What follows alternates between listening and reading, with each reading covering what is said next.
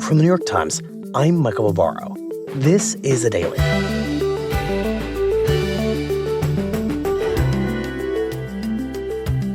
In a major ruling on Monday, the Supreme Court delivered one of the biggest changes in decades to how the federal government works. And then the court turned around and announced an exception to its own ruling. Today, my colleague Anne Marimow explains what the court was up to.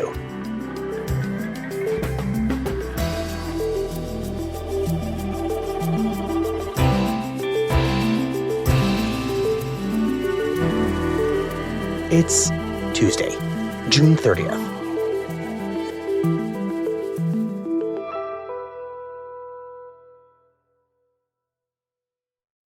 Anne, thank you for coming on a busy Supreme Court day for you. Appreciate it. Thanks for having me.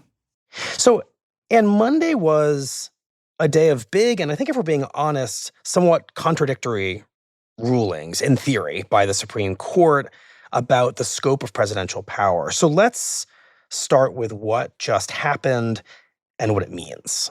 So there were two big decisions on Monday.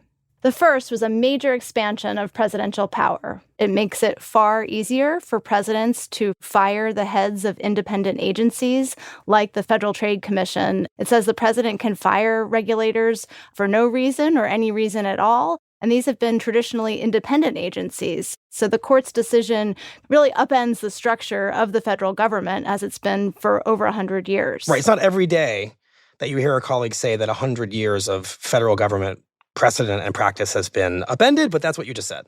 That's right. At the heart of this case was a 90-year-old precedent from 1935 that said Congress could protect these independent regulators from being fired on a whim by the president. And now the court said today that they can. Right. Basically, they overruled a major precedent. That's the first case. That's right. And then the second case, as you mentioned, seems somewhat contradictory. In this case, the court carved out an exception for the Federal Reserve, the influential central bank. The court said this is a unique institution, that independence is really critical to overseeing monetary policy. And as you'll recall, this is the case where President Trump tried to fire Lisa Cook, one of the governors of the Federal Reserve Board. Mm-hmm. And here the court said, unlike all these other agencies, that the president can't just remove her on a whim, that there has to be cause. And in this case, the court's decision here was a little bit technical and procedural, but it upholds the principle that the Federal Reserve is unique and that its independence is really critical in our system of government. Got it. So in summary, the court on Monday vastly expands the president's power by saying he can pretty much fire whoever he wants from these previously quote-unquote independent federal agencies on a whim without any cause, which would seem to be a major, major change to how the federal government works. And yet it said all of that is true except for the central bank, which is a tricky bit of legal logic that we're going to talk about. But let's start with the first case, the biggest of the two, that gives the president this power to fire so many leaders of federal agencies that previously he couldn't, and overturns these decades and decades of precedent. So the first case is about Rebecca Slaughter, a Democratic nominee of the Federal Trade Commission, which by design has to have both Democratic and Republican nominees. Mm-hmm. She was actually appointed by President Trump in his first term, and then he comes back to office again in his second term and gets rid of lots of Democratic nominees of independent agencies, including Rebecca Slaughter, and then she goes to court and sues. Right. Slaughter goes to the court and says, the reason President Trump is firing me, despite appointing me, is that he doesn't like my politics now. And that's not legally sufficient, given all these legal protections that surround the kind of commission I'm on. And just remind us why these particular agencies have these specific job protections. Yeah, there's a long history of these types of agencies that Congress intentionally created to be insulated from the whims of whoever's in the White House. The idea is that these agencies that are setting consumer protections and workplace protections are supposed to be free from politics and filled with technocrats and experts in these fields. But despite these protections that Congress put in place, the Supreme Court's conservative majority has started chipping away at those in several decisions that really embrace this idea of the unitary executive. And that is that the president is the head of the executive branch and has to be in charge of all the people who are filling these important executive branch agencies. Right. We talked about the unitary executive theory. I always have to say it several times. Unitary executive theory several times on the show with our colleague, Charlie Savage.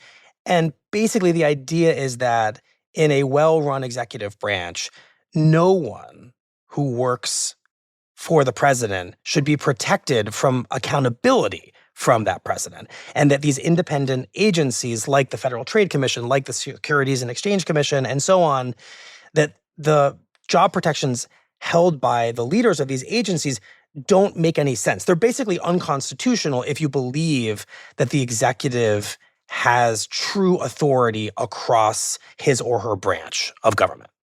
That's exactly right. And John Roberts, who wrote the opinion today, has been embracing these theories since he was a young lawyer in the Reagan administration, basically says that the president should not have to work with people in these executive branch agencies who don't share his views, and that therefore President Trump was entitled to fire Rebecca Slaughter, as he did here. I mean, what the Chief Justice really seems to be saying is that from the moment these agencies were born, and my recollection is that they're kind of New Deal era independent agencies, there was a flaw in their conception.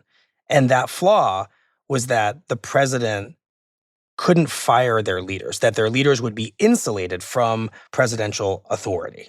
That's right. And he's also saying that these agencies were very different than they are today. He talks about various statutes that have evolved since then that have given these agencies more executive power. And that's one of the reasons why the president needs to be able to control the rules that they're enforcing and the penalties that they're assessing.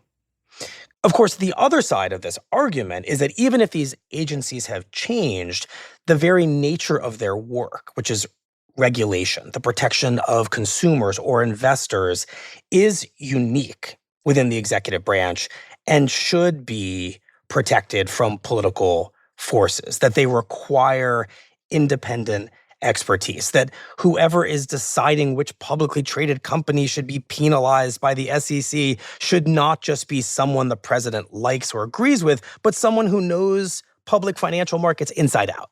And also to shield them from influence from companies and various allies of the president. Right. That's the idea, that they're supposed to be independent. And so this is the point that the dissent makes in today's opinion, written by Justice Sonia Sotomayor and joined by the other two liberals on the bench, that the decision today, in addition to giving the president much more power, is really the court taking power for itself and deciding that these protections no longer apply. And they're saying it's going to have lasting and fundamental changes to the structure of the government. Right. And our colleague who was in the courtroom for the dissent described this scene as pretty visceral. Yeah, so it's really unusual for the justices to read their dissents from the bench, and that's what Justice Sotomayor did today. It's a real sign of just their deep disagreement. She went on for about 5 minutes, according to our colleague Aishwarya Kavi, and just looked very stoic and concerned about the implications of this decision. Her written dissent went on for almost 50 pages. Wow. And I'll read to you what she said. She says, "In granting the president this unbridled authority, the court upends its precedent, misconstrues our history, and sheds any pretense of judicial modesty." And for the Supreme Court, those are really strong words. And what do you think that Justice Sotomayor, and if we can imbue what she's saying to the other liberal justices who signed her dissent, is up to in writing that? I think the liberals in Justice Sotomayor's dissent are expressing their deep frustration with a new example of the court overturning a longstanding precedent and the culmination of this longstanding goal of the conservative legal movement. We've seen this time and again in recent years with the court overturning Roe v. Wade, getting rid of affirmative action in college admissions. So this is sort of a continuation of that frustration from the liberal wing of the court, which is very outnumbered with 6-3. A final question on this first ruling. What's going to happen inside these agencies whose leaders had these job protections and now lost them? Practically speaking, what do we think it's going to look like? Well, there are more than 24 independent agencies with a similar structure. And so what it means on the ground is that the president can go in and continue to try to get rid of Democratic commissioners. And as a result of this ruling, people won't be able to sue and cite these laws and job protections that have been on the books. Right after the ruling today, President Trump went on Truth Social. He called this a big win. He said it's a historic and unprecedented ruling, one of the most important ever with respect to presidential powers. Right, suggesting that he may be eager to follow up to the ruling with firings. Exactly. But the president wasn't celebrating the court's second decision about the Federal Reserve because they made very clear that the Federal Reserve is different and is independent, and the president won't have the same power over those leaders. And we are going to talk about that case right after the break. We'll be right back.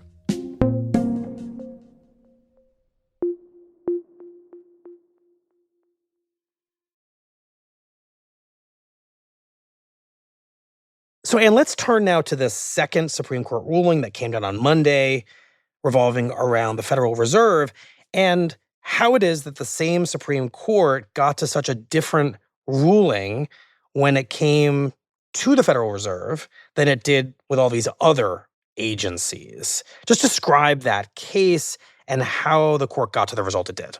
So this is the case of Lisa Cook, a member of the Federal Reserve Board of Governors who Trump tried to fire. You'll remember the president has been putting a lot of pressure on the Federal Reserve to lower interest rates. Right. He did not like Lisa Cook's views and policies, and he fires her. And he says the reason is because of these unproven allegations of mortgage fraud. He says that she's misstated her finances on mortgage applications. And Lisa Cook and her lawyers sue and go to court and say, you can't fire me without good cause. That's what the law says. And it really tees up this test for the Supreme Court. Is the Federal Reserve like these other agencies where they're questioning the job protections of regulators, or is the Federal Reserve different? Because the lawsuit involving the Federal Trade Commission and Trump's decision to fire one of the leaders there, and this case involving Lisa Cook and his decision to fire her from the Federal Reserve, they're happening more or less simultaneously in the court system, and they're very much speaking to each other.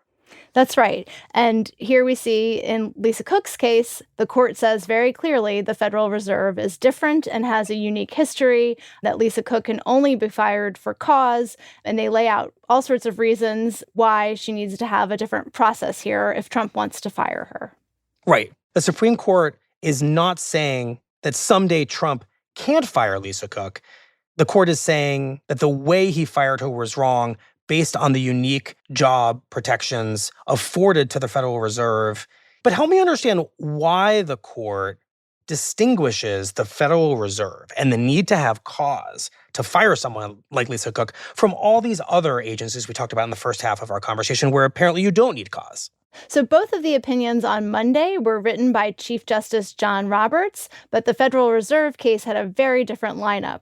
You had all three liberal justices and Trump nominee Brett Kavanaugh joining the Chief Justice to carve out this exception for the Federal Reserve. And they spend a lot of time explaining why there's this exception. They talk about the history of the Federal Reserve. They keep talking about its unique role in our economy and in the world economy, and talking about how crucial its independence is.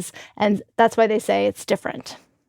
I just want to dwell on this for a minute because I'm sure to some people it will make total sense. But I'm sure to others, it seems like a very strange distinction to say that the president can have free reign in every agency in the executive branch, even when it was supposed to be independent as envisioned by Congress, except for this one, because is the safety of a child protected by the Consumer Product Safety Commission or the companies that are regulated by the Securities and Exchange Commission, are they that much less important than the work done by the Federal Reserve?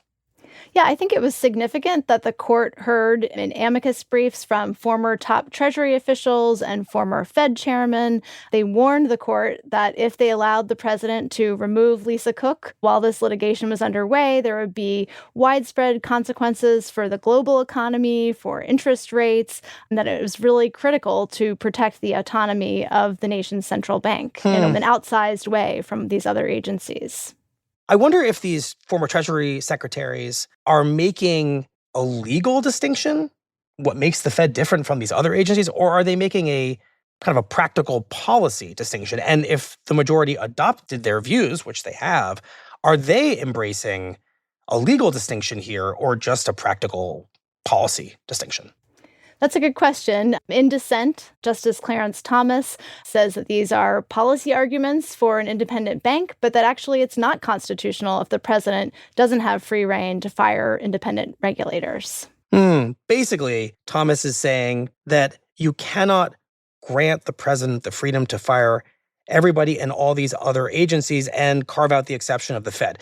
What's good for the goose should be good for the gander, and you guys have screwed this up. That's right. So, Anne, what happens now to Lisa Cook? She seems like she's still in a pretty severe state of legal limbo. Yeah, this was a narrow victory for her today. The court is not saying that Trump can never fire her. It's just saying that the way he did it was improper and that she deserves some sort of process. And for a court that gets criticized for not checking the president, here they're calling these allegations half-hearted. They're saying that trying to fire someone in a social media post was not the right process. And they're basically saying, if you want to do this, you need to try again and to do it the proper way. Right. It's striking to me that you bring up the subject of this court and Trump's power, because that's where I'd like to end our conversation, Anne. So let's talk about how these two cases fit into our larger understanding of this entire term when it comes to presidential power. I know the term isn't over. There's at least one major ruling still in the offing, which is birthright citizenship. The president has tried to end it by executive order. We think, based on reporting that you and our colleagues have done, and based on the questions that the justices have asked in oral arguments, that they are likely to find against the president when it comes to birthright citizenship. So if we speculate for just a moment that that is how that case ends, and we look at the entire term, how should we think about where this court, in the beginning of Trump's second term, has landed on the question of presidential power? I think depending on what happens on the final day, what we've seen is the court's conservative majority picking some key issues to stand up to President Trump on, especially issues that were personally important to him. As you'll remember, some of the conservative justices joined with the liberals to strike down his sweeping tariffs. And if we do see them push back on birthright citizenship, that's something that's very important to him. As you'll recall, the president showed up in the courtroom, the first sitting president to do so, to watch that. Right. But the overall takeaway is that it was a term where the court has really expanded presidential power, in particular on immigration and on a president's ability to fire government officials. We saw this last week with the removal of protections for Haitians and Syrians who've been living and working in this country legally. And then we're seeing today the power to fire traditionally independent regulators. Right. And on the other side of presidential power, of course, is frequently Congress. And in the bigger of the two rulings on Monday, as you said, Anne, power was taken from Congress because these for-cause job protections, this idea that you can't just fire somebody on a whim, that was created by Congress, and the court just overturned it. Similarly, this court has weakened the Voting Rights Act, a major achievement of Congress. States can now break up Black majority districts under a ruling by this court from not so long ago. And if you step back even further, in the many years I have been thinking about this court, it has been undoing the work of Congress. I think about Citizens United and how that gutted campaign finance reform. I mean, when we think about this court and presidential power, should we be thinking not just about president and power, but about this conservative majority on this court pretty systematically weakening Congress? Or should we think of it as putting Congress in its place? Yeah, it's all about the balance of power. And as you say, they are expanding the president's power. They are restraining Congress's power. And at the same time, the conservative majority is taking power for the court, that they get to say, whether or not the Voting Rights Act is still needed in this way. And similarly, whether they're saying Congress can't constrain the president when it comes to firing independent agency officials, despite laws they passed many years ago. So by weakening Congress, the court is to some degree not just strengthening the executive, it's strengthening the judiciary. It's strengthening itself. Absolutely. I never thought of it that way. I just want to end by meditating for just a moment on the work that a conservative legal movement has accomplished, because this ruling does feel like a capstone to that movement. And it's built on this idea that the presidency should be more powerful. Yes, power gets distributed around. Maybe the court's getting a little more powerful. But at the end of the day, it's the presidency that's gotten the most powerful because of these court rulings over the past many years. And because it's a conservative legal movement, it feels like one that has been accomplished in the pursuit of conservative goals. But the power that's been given to the president will outlive this president by a long time and perhaps, end up in the hands of a Democratic president who will use it for entirely different ends. That's right. We tend to think about these decisions in terms of President Trump and what can he do in the moment, but these rulings will outlast him, and this power will apply to whoever is in the White House and will be very long-lasting. Right, and could in theory lead to, instead of deregulation, some of the most far-reaching regulations we've had in decades. We don't know because we've only really experienced it in recent history through the prism of a maximalist Republican president. Well, I've talked to lots of legal analysts on the left who say this decision, yes, it will upend the structure of the government, but it means that if a Democrat comes into the White House next, that person will have a lot more freedom to get rid of those commissioners and fire those commissioners that Trump has appointed and to change the direction of these agencies. So as much as President Trump has remade this government in his image, these rulings, which, because he created this conservative majority in a way he is partly responsible for, will help seed the next Democratic president undoing this. Exactly. Because of this ruling, whenever the pendulum swings in the other direction, it's going to swing hard. And ironically, that's what the dissent said in Monday's first ruling, that these agencies were intentionally structured to be bipartisan, to be filled with experts, and to not change depending on who was in the White House. But because of the court's ruling on Monday, that's exactly what's going to happen.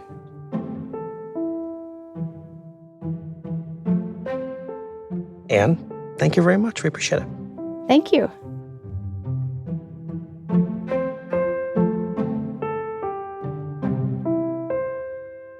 We'll be right back. Here's what else you need to know today. The Supreme Court issued 2 other notable rulings on Monday. In one of them, the court upheld state laws allowing ballots to be counted even if they arrive by mail after Election Day. Democrats vote by mail in larger numbers than Republicans, and the ruling was a blow to President Trump's attempt to restrict voting in ways that he hopes will advantage Republicans in the midterm elections. Meanwhile, the Supreme Court declined Trump's request to review a $5 million civil judgment against him. The judgment stemmed from a 2023 trial in which a jury in Manhattan found Trump liable for allegedly sexually assaulting and defaming the journalist E. Jean Carroll. Trump has repeatedly denied the accusations. Today's episode was produced by Claire Tennisketter and Lexi Diao, with help from Nina Feldman. It was edited by Devin Taylor and Patricia Willens, and contains music by Marian Lozano. Our theme music is by Wonderly. This episode was engineered by Chris Wood.